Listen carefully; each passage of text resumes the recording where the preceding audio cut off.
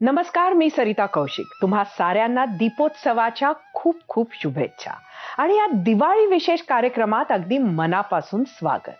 सण सौख्याचा, सण आनंदाचा, सण प्रकाशाचा, सण मांगल्याचा, अर्थात सण दिवाळीचा. दिव्यांचा हा उत्सव प्रकाशाचे नवे किरण घेऊन येतो आणि आपलं आयुष्य उजळवून टाकतो. अशीच काही माणसंही असतात ज्यांचं तेज, त्यांनी आपल्या आयुष्यात पेरलेला प्रकाश कायम सोबत राहतो. दीपोत्सवाच्या निमित्तानं त्या बाप माणसासोबतच्या दिवाळीच्या आठवणी शेअर करण्यासाठी, सांगण्यासाठी आपल्या सोबत आहेत महाराष्ट्राच्या पर्यावरण मंत्री पंकजा मुंडे. पंकजाजी, आपलं स्वागत आहे. Thank you so much. खरं तर दिवाळीच्याच या गप्पा टप्पा आहे. गोपीनाथजींच्या काही आठवणी आम्हाला ऐकायच्या आहेत. दिवाळी म्हणजे नक्की तुमच्यासाठी काय? दिवाळी म्हणजे मला असं वाटतं खूप सारा प्रकाश, खूप सारी पॉझिटिव्हिटी आणि खूप आनंद आणि खूप गोडवा. मला वाटतं दिवाळी हा सगळ्यात सुंदर सण आहे आपल्या संस्कृतीतला. लहानपणची दिवाळी कशी असायची तुमची? लहानपणीची जेव्हा गोपीनाथजी होते तेव्हा, आणि खरं तर मंत्रीपद आल्यावर दिवाळी बदलली आहे का? निश्चितच दिवाळी ही बदलत गेली वयामानानुसार, रोल्स बदलण्यानुसार. पण दिवाळी म्हणजे बेस्ट दिवाळी असायची ती लहानपणीची असायची. कारण घरामध्ये पाहुणे आले, त्यांचा स्वयंपाक कोण करते, व्यवस्था कोण करते हे आम्हाला बघावं लागायचं नाही. त्याचबरोबर दिवसभर खाणं, फराळाचं चालू असायचं. सगळे कझिन्स, सगळे भावंड एकत्र असायचे आणि फुल धूम असायची आणि खूप छान मजा दिवाळीमध्ये आम्हाला यायची.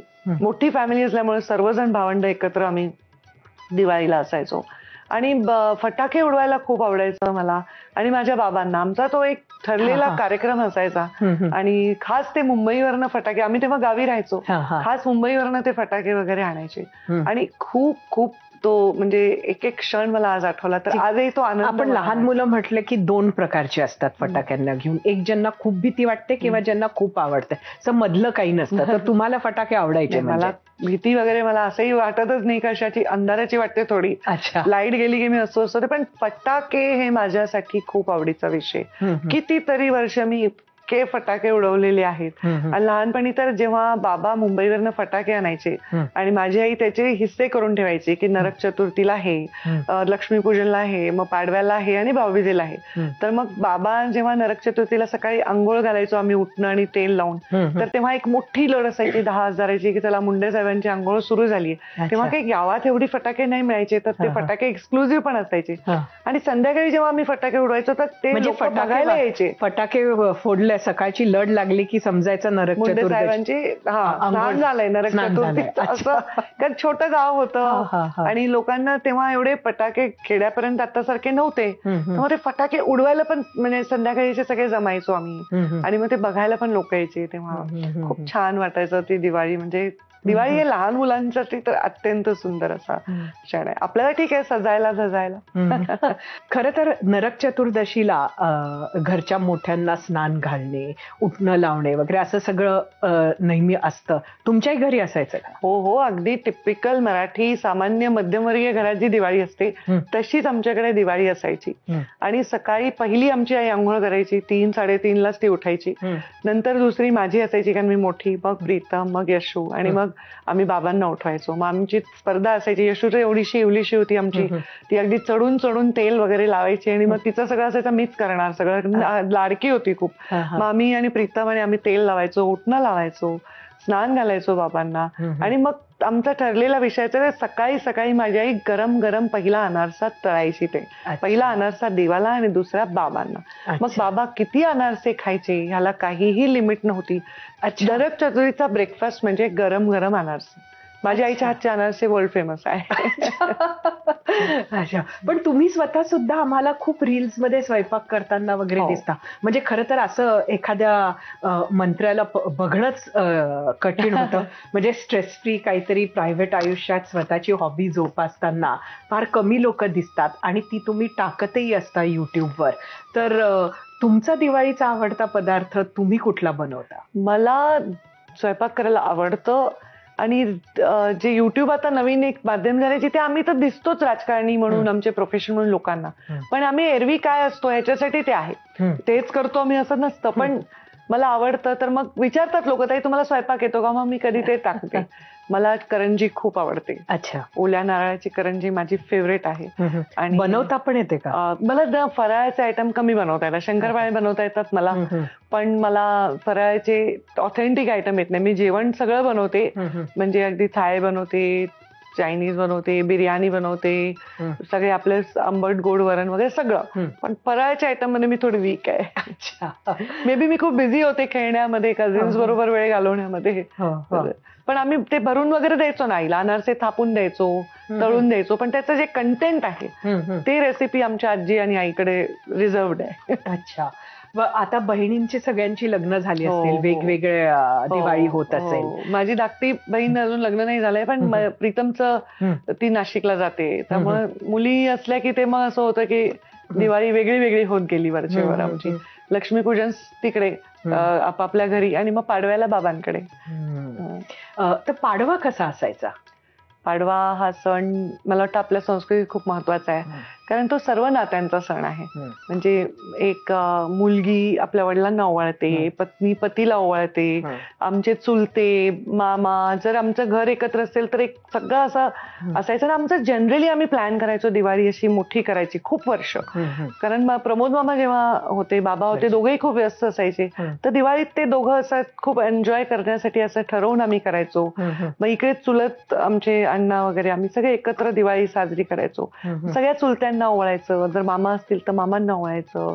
मग सगळ्या आम्ही बहिणी एकत्र माहेरी आलेल्या मग पाडव्याला सगळ्या खूप छान गप्पा छप्पा, रात्री उशिरापर्यंत 5-5, 10-10 कप चहा होतोय, फराळाचे रिपीट चालू आहे आमचं खाणं, असं असायचं. मग बाबा दर पाडव्याला आम्हाला खूप सुंदर सुंदर गिफ्ट द्यायचे. अच्छा. आणि काही सोन्याची वस्तू द्यायचे, सुंदर साडी द्यायचे, आणि खूप आम्ही वाट बघायचो त्या गोष्टीची. त्यांचा चॉईस खूप छान होता, ते स्वतः जायचे. मला साड्या घ्यायला जायचे ना, तर ते साडीच्या दुकानातलेही लोक सांगायचे की फक्त मुंडे साहेब आणि विलासराव देशमुख हे दोघे जण पत्नीच्या साड्या घेण्यासाठी येतात. बाकी तर त्या काळात शॉपिंगला पण आमच्या बरोबर यायचे, गृहमंत्री होते तरी. पण जीवन बॅलन्स करून काम करायचं. पण आता तुम्हाला वाटतं तेवढा बॅलन्स शक्य आहे आजच्या जीवनात? तेव्हा पब्लिक, आपण पण मंत्री आहात, पब्लिक आहे एवढं नव्हतं, आणि तो बॅलन्स करणाऱ्याचा सन्मान असायचा. आता थोडंसं असा एक सूर असतो की अच्छा तुम्ही जाता शॉपिंगला, मग बाकीच्यांनी काय करायचं, त्यांना हे लक्षात येते की हे माणसंच आहेत, त्यांचे पण रेग्युलर विषय असतात. तर पण मी तो साधण्याचा प्रयत्न नक्कीच करते. पण कामाचा ताण त्यांनाही होता. बाबांच्या वेळी एवढ्या सुविधा नव्हत्या, हे नव्हतं, पण एक लोकांचं पब्लिक आहे किंवा मीडिया एवढा स्ट्रॉंग नसल्यामुळे थोडी ती प्रायव्हसी मिळत होती. कुठे लोक भेटले तर नमस्कार करायचे, एकमेकांची विचारपूस करायचे. आता ते खिशात हात घालतात आणि सेल्फी सुरू करतात. तर ते बोलणं जे आहे, संभाषण जे आहे, शब्दांची देवाणघेवाण आहे, ती खूप कमी होत चालली आहे. ते मला जरा वाटतं की मिस करते पुढची पिढी. पुढची पिढी आपण म्हटली म्हणून आम्ही तुमच्या व्हिडिओजमध्ये अनेक वेळेला तुमच्या मुलाला बघत असतो. तो पण तुम्हाला स्वयंपाकात वगैरे मदत करताना दिसतो. त्याची ही आवड दिसतेच, पण त्याची दिवाळी आणि तुमची दिवाळी ही कशी वेगळी आहे? आणि तुम्हाला काय वाटतं की त्याच्या आयुष्यात असायला पाहिजे होतं, ज्यामुळे त्याची दिवाळी तुम्ही जसं लहानपण डिस्क्राईब करता तशी असती? जसं आमच्या आईबाबांची दिवाळी वेगळी होती आणि आमची वेगळी होती, तसं आमची आणि आमच्या मुलांची वेगळी आहे. मे बी आमच्याकडे सोयी सुविधा समृद्धी जास्त वाढत जाते, कारण पुढची पिढी ही मागच्या पिढीपेक्षा पुढेच जात असते.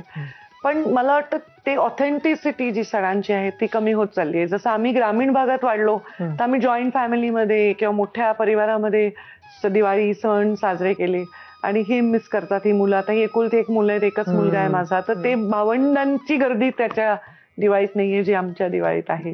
तर मला वाटतं ते खूप मोठी कमी आहे या नवीन पिढीच्या बाबतीमध्ये. आणि आमच्या दिवाळीच्या मध्ये जो आता या दिवाळ्यांमध्ये कसं झालं, दिवाळी पार्टी नावाची एक गोष्ट झाली आहे. ते पार्टींना जातात, मग दिवाळीचं ऑथेंटिक काय करतात ते, तर ते मिस करतात. दिवाळीची करंजी, चकली, लाडू ते खातात आवडीने, पण ते त्यावेळी आम्ही जे वर्षभर त्याची वाट पाहत होतो ती आता कमी झाली, कारण आता वर्षभर उपलब्ध आहेत गोष्टी, त्याची टेस्ट आणि त्याचा एक्साइटमेंट कमी झाली आहे. फराळासाठी थांबायचं तसं नाहीये, नवे कपडे घ्यायला थांबायचो, आता उठसूट कुठे शॉपिंग, आता तर शॉपिंगला जायची पण गरज नाही, ऑनलाईन. तर तेव्हा असं दिवाळीचे कपडे, मग बाबा काय कपडे आणणार, असं आम्ही वाट बघायचो. असं सणावाराचा तो उत्साह जो आहे तो आता मला वाटतं प्रत्येक दिवस सण झालाय सध्याच्या. तर ते मिस करतात, पण त्यांना मी करायला लावते. देवाची पूजा करायची तर बस तिकडे 15 मिनिटं पूजा करतो. त्यांनी मला खूप कॉपरेट केलं. गणपती बसवतो, सगळं मी म्हणेल ते माझा ऐकायचा मान म्हणून तो करतो. मी पण त्याचे फार पेशन्स ट्राय करत नाही, जेवढं त्याला जमेल तेवढं. दिवाळीतली अशी कुठली पूजा असते? काय तुमचं आणि देवाचं काय नातं आहे? कारण तुमच्या आणि देवाच्या पूजेचे व्हिज्युअल सुद्धा आम्ही बरेचदा बघितलेले आहे. तर काय एक्झॅक्टली तुमचं माझ्या जीवनात किंवा अनेक जीवनात आपण जसे पुढे जातो आपले बरेच नाते हरवत जातात. आता बाबा नाही, मामा नाही, अनेक नाते बदलत जातात. तर अशा वेळी एक नवीन नातं आपण जोडतो ते देवाशी असतं असं मला वाटतं. देव म्हणजे माझ्यासाठी अंधश्रद्धा नाही, माझ्यासाठी एक विश्वास आहे, श्रद्धा आहे. आणि मी फार देवयोग करत नव्हती. मी कधीही व्हेज नॉनव्हेज पाळत नव्हते. पण गेल्या 3-4 वर्षात मी खूप आध्यात्मिक होत चालले आणि मला त्याच्याने माझ्यामध्ये खूप मला एक असं स्ट्रेंथ वाढली असं वाटतं. आणि माझं देवाशी ते नातं आहे. ते एक माझं मन रिकामं करण्याचं, बळ उल्हासित करण्याचं, धीर घेण्याचं हे नातं आहे. तर मी खरंच मनोभावे पूजा करते आणि माझी पूजा आवडते माझ्या युट्यूबच्या फॉलोअर्सना वगैरे. आणि खूप आनंद, म्हणजे मी त्याच्यात एवढी असं ते काही ऍक्टिंग नसते. कॅमेरा चालू असतो, त्यांना सांगत असते मला डिस्टर्ब करून का तुमचं तुम्ही घ्या. पूर्वी तर मी आपलं स्टँडवर लावून करत होते. आज तर सकाळी असं झालं की मी इतकी मनोभावे पूजा करत होते, माझ्या तिथे पदर दिव्याला लागला आणि तो इथपर्यंत पेटला, मला कळलंच नाही. मग कळलं, मग पण भिजवला. म्हणजे मी त्यात गर्क असते खूप. मी खूप मेडिटेट करते आणि मला त्यांनी खूप स्ट्रेंथ मिळते. I think it's a different world all together. तर ते एक नातं आपल्या जीवनात नेहमी असतं आणि राहतं. पूजेचा हा वारसा तुम्हाला कोणाकडनं आलेला का? म्हणजे आई किंवा वडील तुमच्यासारखेच होतं की नाही? आमच्या मला वाटतं त्या पुढची मागची पिढी खूप वेगळी होती. ते पूजा पाठ एवढं नाही. आता वाढत चाललंय. नवीन पिढी जास्त धार्मिक होतीये. कदाचित एक्सपोजर वाढलंय, तीर्थक्षेत्रांना जाण्याचं प्रमाण वाढलंय, रस्ते झालेत थँक्स टू मोदीजी, सगळे तीर्थक्षेत्र मोठे झालेत. तर त्यामुळे अवेअरनेस वाढलाय आणि कदाचित स्ट्रेस वाढलाय लाईफमध्ये. तर लोक कोणावर तरी अवलंबून राहायचं तर काय, मग ईश्वराकडे ओढ चालली आहे. पण ह्यामध्ये आमच्या घरात अंधश्रद्धा अजिबात नाही. माझ्या बाबांनी सांगितलं माझा गणपती दूध पित नाही. त्यांनी नेहमी भूमिका सामाजिक न्यायाची घेतली. आमची आई पण तशीच आहे. ती काही अशी मागासलेले तिचे विचार नाहीत किंवा बुरसटलेले नाहीत. तिचे विचार सायंटिफिक आहेत आणि तसेच आमचे आहेत. ही एक मेडिटेशनचा भाग आहे माझ्यासाठी. तसं फार देवदेव नाही, पण सर्व सण हे देवाची पूजा करून सुंदर साजरे करणं. सकाळी जर देवाला जाणं असेल तर अनुष्पोटी जाणं, ह्या सगळे रिवाज आमच्या आईमुळे आम्ही शिकलो. आणि बाबा गणपती बसवायचे, 10 दिवस पूजा करायची, नवरात्रीची पूजा करायची, श्रावणाचे सोमवार करायचे. हे सगळं ते करायचे कारण आई सांगायची किंवा आमच्या घरात व्हायचं. तर आमच्या घरात ते वातावरण होतं, पण त्याच्यामध्ये आम्ही असे काही बोळ्या बाबड्या कल्पना आमच्या घरात अजिबात चालत नाही. प्रॅक्टिकल. खरं तर तुमची भावंड, तुम्ही लहानपणीचा किस्सा सांगत होते, त्यात महाराष्ट्र ओळखतो ते धनंजय मुंडे पण तुमचे चुलत भाऊ आहेत. त्यांच्या काही आठवणी तुम्ही सांगू शकता का दिवाळीला? अरे आमचे महाराष्ट्र ओळखतो असेच भावंड आहेत आमचे सगळे. हो खरंच ऍक्च्युअली. हो म्हणजे वी ऑल, म्हणजे प्रीतम 10 वर्ष खासदार होती, पूनम, धनंजय, तर आम्ही सगळे एकत्रच दिवाळी साजरी करायचो. आमच्याकडे असं मामा आणि चुलत असं काही नव्हतं, माहेर सासर नव्हतं. आमच्या आईला दोन्ही तेवढेच प्रिय असायचे. उलट जास्त तिचा ओढा मुंडेंकडेच असायचा. तर आम्ही सगळे मिळून एकत्र दिवाळी साजरी करायचो. तर माझ्या मामाच्या मावशीच्या मुली पण धनंजयला ओळायच्या आणि म्हणजे त्याच्या बहिणी 3 मोठ्या आहेत, त्या माहेरी यायच्या. त्यांची मुलं आम्ही बरोबरीचे. म्हणजे माझ्या आत्याची नाती माझ्या वयाच्या आहेत. म्हणजे मला ते मावशी म्हणतात, पण ते माझ्यापेक्षा मोठे पण आहेत. तर असा मोठा परिवार होता. खूप आठवणी आहेत. आम्ही धनंजय अजून दुसरे माझे भावंड, आमचे बाबांचे भावंड, आम्ही सगळ्यांना पाडव्याला ओवाळायचो, भावांना भाऊबीजेला ओवाळायचो आणि छान छान गिफ्ट आणायचं. त्याला पण टेस्ट चांगली आहे. तर छान मजा यायची, खूप छान मजा यायची. प्रमोद महाजनांच्या काय आठवणी? प्रमोद मामा, माझी आई त्यांची लाडकी बहीण. आणि मामा पण कधी त्याचा प्लॅन असायचा की चला दिवाळी यंदा आपण दिल्लीला करू किंवा यावेळी नको, दिवाळी इथे नको कुठे. एकदा तर त्यांनी असं म्हणलं चल गोपीनाथ आपण गोव्याला जाऊ रे, खूप तेच दिवाळी नको. तर आम्ही पूनम, राहुल, प्रीतम आणि तेव्हा माझी धाकटी बहीण जन्मली नव्हती. माझी आई, मामी आणि मामा आम्ही दिवाळीला गोव्याला गेलो सगळे. तेव्हा अँबॅसिडर कार होती, तर आम्ही 4 मुलं आणि हे 2 जोडपे एकाच गाडीत. अरे बापरे. तर प्रमोद मामा गाडी चालवला की मामी पुढे बसायची, ते 2 पुढे आणि आम्ही खाली, ते जागा असते छोटे छोटे होते तिथे बसायचो. तर आम्ही ती दिवाळी गोव्याला साजरी केली होती आणि मला खूप ती दिवाळी आमच्यासाठी स्पेशल होती. तर असं कधी प्रमोद मामाचं असं इनोव्हेटिव्ह आयडिया असायची, चला वेगळं काहीतरी करूया. तर ती दिवाळी असायची. राखी पौर्णिमेला आवर्जून तो आईकडे राखी बांधायला यायचा आणि दिवाळीला भाऊबीजेला ठरवून यायचा. खूप लाड करायचा आईचे आणि आईची लाडकी असल्यामुळे आमचेही लाड करायचं. पूनम महाजन सुद्धा जसं आपण म्हटलं सगळं महाराष्ट्र त्यांनाही ओळखतो. ही जे सगळे भावंड आहेत तुमच्या, त्यातल्या फटाक्याला घाबरणारे कोण आहेत? मला वाटतं पूनमच. ती फार फटाके उडवल्याचं मला आठवत नाही. प्रीतम पण नाही, ती थोडी जरा अभ्यासू होती. सतत पुस्तक, डॉक्टर ना, सारखी अभ्यासच करायची. ती सगळ्या सणांना मिसिंगच असायची. तर आम्ही तसं कोणी घाबरायचो नाही. पण मला वाटतं की पूनम कधीतरी कानात बोट वगैरे घालायची आवाज जास्त आला की, कारण आम्ही हॉरर मूव्हीज बघायचो तर पूनम खूप घाबरायची. अच्छा. पंकजाताई, आपण जेव्हा दिवाळी म्हणतो तेव्हा पुरुष असो स्त्री असो काही ना काहीतरी छोटा ना छोटा दागिना घालतातच. तुमच्या गळ्यातली ही जी काही माळ आहे आणि हे जे अतिशय सुरेख आहे, पण ही काय आहे? ही तुम्ही नेहमी घातलेली असते आणि आजही घातली आहे खास दिवाळीला? ही माझे शिवशक्ती परिक्रमा आहे ना, त्यावेळी तो एक लोगो तयार केला होता ना, त्या लोगोची हे पेंडंट आहे. अच्छा.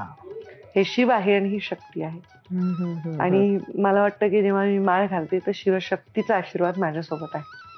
मग हाच तुमचा दागिना? हो. अच्छा.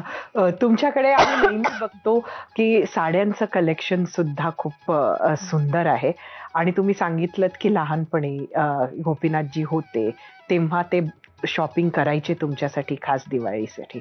मग आता तुम्ही तुमच्यासाठी करता का? काय आणता? हो, मी माझ्यासाठीच करते. काय शॉपिंग खास दिवाळीसाठी करता?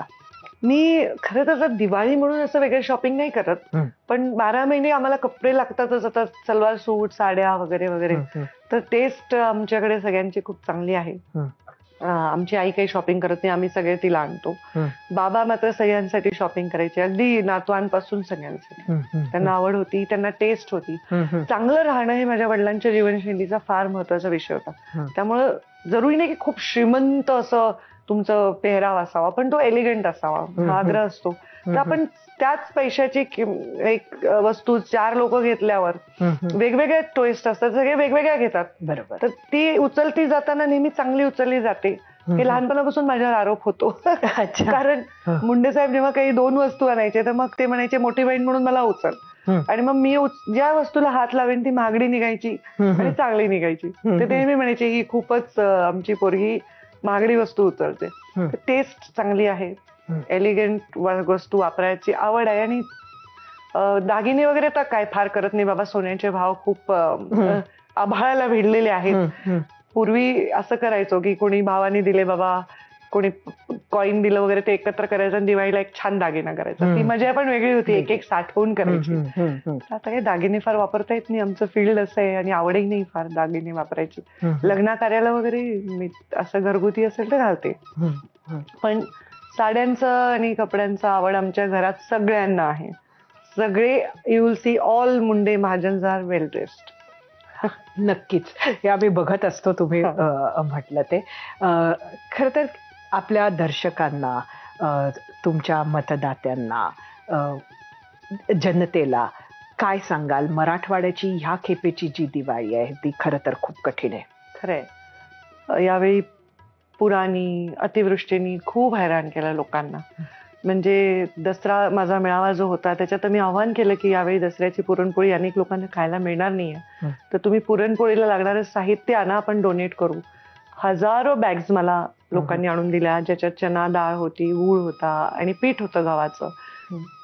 तसं दिवाळी त्यांची एवढी गोड नसेल कारण अजून घरं स्थिर झाली नाही, पण 32,000 कोटीचं पॅकेज सरकारने डिक्लेअर केल्यामुळे असंख्य मेसेज मला आले. लोकांना दिलासा आहे की चला आम्हाला आधार मिळालेला आहे. निसर्गाने एवढं थैमान घातलं होतं की लोकांचा संसार उद्ध्वस्त झाले, वाहून गेले, जमिनी वाहून गेल्या, पीक वाहून गेले आणि ही दिवाळी त्याच्या तोंडावर आलेली आहे. ईश्वर त्यांना धीर देऊ आणि आम्हाला शक्ती देऊ की त्या परिस्थितीतून त्यांना बाहेर काढण्याची जी काही पराकाष्ठा करायची त्याच्यामध्ये आम्हाला यश येऊ, अशीच मी विचार करते. आणि मी लोकांना एवढाच विचार करते की सकारात्मकतेने त्यांनी राहावं, आपलं म्हणजे धीर त्यांनी सोडू नये, अशी माझी लोकांना आव्हान असेल. कारण जसं चांगला वेळ जातो वाईटही वेळ जातच असतो. हा वाईट वेळ त्यांच्यावर आला असेल फिजिकली तरी तो सगळ्यांवर आलेला आहे आणि ह्याच्यातून मार्ग काढणं हे आमचं कर्तव्य आहे. त्याचा आम्ही काही उपकार नाही करत आहोत, ते आमचं कर्तव्य आहे आणि ते आम्ही करू असं मी त्यानिमित्ताने सांगेन. महाराष्ट्राच्या पर्यावरण मंत्री म्हणून महाराष्ट्राला काही दिवाळीचा खास संदेश? महाराष्ट्राची पर्यावरण मंत्री म्हणून आणि एक पर्यावरणाची जागरूक काम करणारी कार्यकर्ती म्हणून मी सगळ्यांना एवढंच सांगेन की राईट टू सेलिब्रेशन जसं आहे तसं राईट टू लाईफ पण आहे. तर आपण ध्वनी आणि वायू प्रदूषण मुक्त इको फ्रेंडली दिवाळी साजरी करा. कागदाच्या वस्तू घ्या, मातीचे दिवे घ्या, लोकल जे काम करतात आज, ज्यांना वर्षातून एकदा रोजगार मिळतो त्यांना जास्तीत जास्त 4 पैसे जातील अशा वस्तू जरूर खरेदी करा आणि त्या पर्यावरणपूरक असतील याचं भान ठेवा. धन्यवाद पंकजाताई, आपण आलात आणि खास दिवाळीत वेळ काढलात. तुम्हाला सुद्धा दिवाळीच्या खूप खूप शुभेच्छा. खूप खूप धन्यवाद.